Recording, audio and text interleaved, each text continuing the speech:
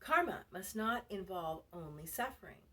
Karma is also the good, and it means the consequence. But in this case, it is not so. Even if you do not see the suffering or the problem in it, you may believe me, it is not an easy life. How is it with hermaphrodites? I always get this wrong.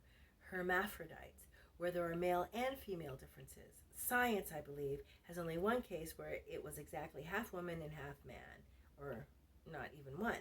Answer, here you have raised an interesting question because it is a reference, a key. Science has found so much which could be a key if attention would be directed to it, bring the discoveries into the area of questions regarding creation. Such a burdensome incarnation is always for karmic reasons.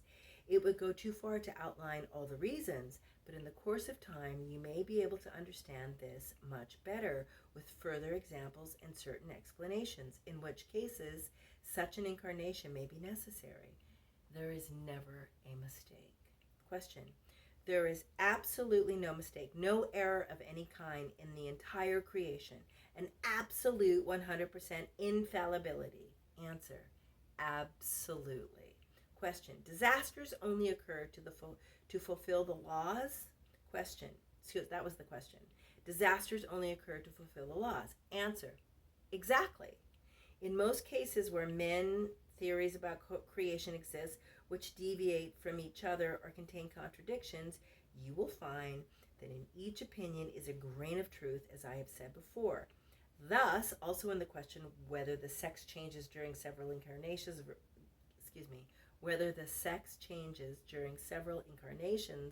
versus the assumption that there are only male and female beings, in this connection, one human concept worships God as a person, another concept has experienced him in the dissolved state. You will always realize that a grain of truth is, even in two apparently contradictory concepts. Oh, God, for some reason I have to get something to drink. And as far as incarnation is concerned, you can also see that both are right. So if you meditate on it, my friend, and contemplate everything that you have learned and recognize and think of the parallels referring to this truth, then you will find out by way of meditation that it must be this way, that it cannot be differently. Words are always also in this area lacking perfection. In order to really understand what I say, it is so difficult to press these concepts into your language.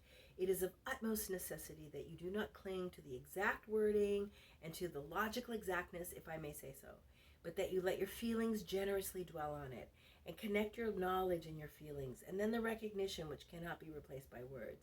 They will grow in you. Question. There is not much in writing about it. Man has to realize it himself under guidance. These things are not in books. Answer. But in the various fields of philosophy, as in others, there are references and parallels, which then may be compared with existing opinions and religious concepts, and then with the explanations I bring here. Question. With regard to this subject, I would like to ask a question.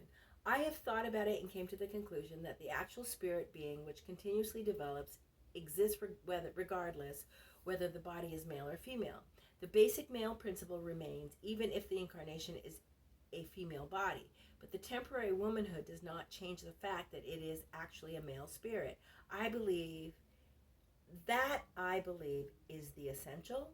Yes, but it always depends on what the human being does with his life, the circumstances, the trials and the tribulations, as well as what makes his life more beautiful and more pleasant.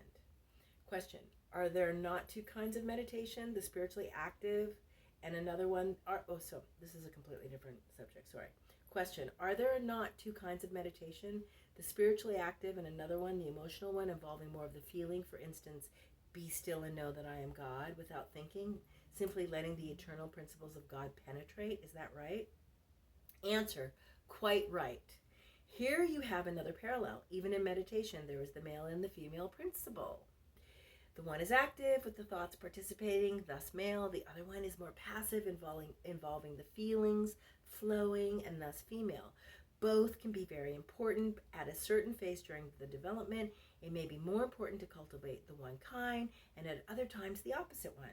But in general, that which causes more difficulty should be practiced more often, because the need may lie in that area to establish balance.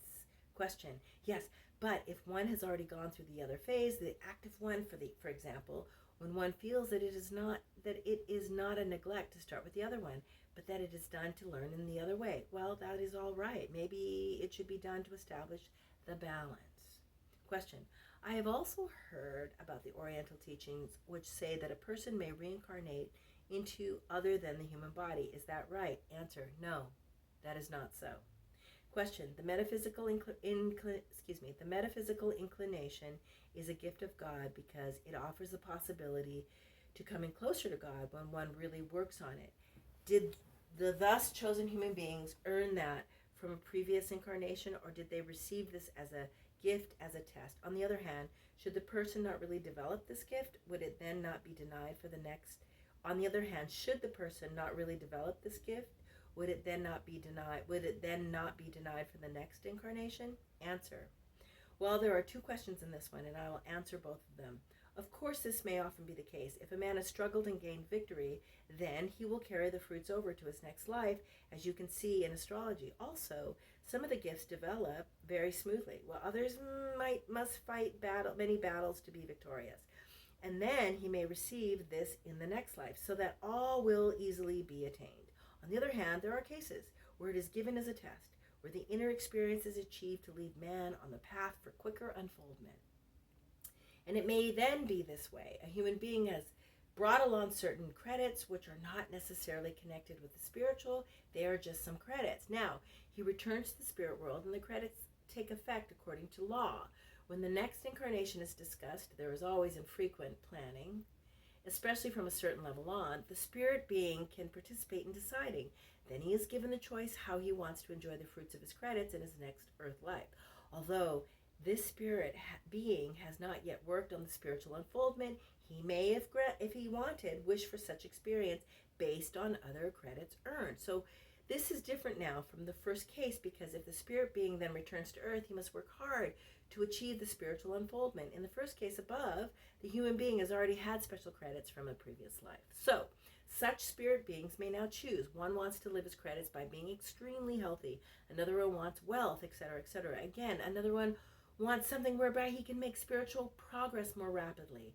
This one has already comprehended that the temporary earth pleasures are little compared to the happiness of spiritual progress. Now, the high beings of God's world who are assigned the task of making the decision will say, I cannot grant you spiritual unfoldment without any effort. But based on your credits, I can help you that in your next life, certain things will be offered which require that you make a free will decision. And it will not be effortless, but you will be guided, that it will be easier by having the possibility. The decision in the battle will always have to be your own effort in order to reach then the happiness of spiritual liberation. And as far as the second part of the question is concerned, of course, it is so. And then when man has the possibility to walk on this path and he does not utilize it, then the door remains locked for a longer time. I do not even need to confirm this to you, because if you think about it, it must be so. If man does not make any use of the possibility to attain this bliss for whatever reason, be it laziness, lassitude, vanity, or shame, which may make it seem impossible to open himself, because if he resists it, then it involves always a personal fault, as much as he may deceive himself about it. But the faults should be overcome, mainly those which bar the door to the spiritual path. This will also have its own consequences, and such a human being will have to fight ever more and struggle much harder to make spiritual progress, because discipline and overcoming will only be more difficult, but by no means decreasing by postponing. But by no means decreased by postponing. Yes, it is only postponing. It cannot be prevented. Let me read that again. This will also have its own consequences, and such a human being will have to fight ever more and struggle much harder to make spiritual progress, because discipline and overcoming will only be more difficult, by no means decreased by postponing. Yes, it is only postponing. It cannot be prevented. I know, my dear ones, you do not like to hear this. It is not pleasing to any ears, especially those who have not made real progress. Still, it is truth, actually not unjust, because the greatest, most divine happiness man can achieve is in his own development, and must be acquired by fiercely battling for it. And if he is guided already thus far, and he still does not do the utmost, don't you think what I said is just and right? Just and right. Question. In connection with the female and the male principle, is it right that also an era may be male or female? An era, also an era? Yes, that is right. There is such an influence. This always depends on the influence of certain spirit beings, which are then especially active. This too is according to spiritual law, because it is good for the general development. I do not want to be immodest, but today's lecture seems to be very close to me. You seem to have difficulty to break through the medium. Why is that so? Answer.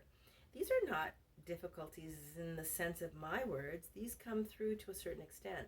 Perhaps you see it a little more difficult than it is that I get through. But of course, here are concepts which are not easily expressed in words, so that in this sense it is not so easy to get through the medium. All this is foreign to her and thus causes obstacles, but I am able to build around them, and I have said at previous occasions. Question. Is it right that, for instance, the 20th century brings the female element more into the foreground? Answer. Yes, that is quite right. That too is a necessary balance. Question. When a human being sheds the body and re-enters the spirit sphere, let me read that again. Question. When a human being sheds the body and re-enters the sphere of spirit, is that always connected with pain? Answer. No. Question. Not necessarily? No, not at all.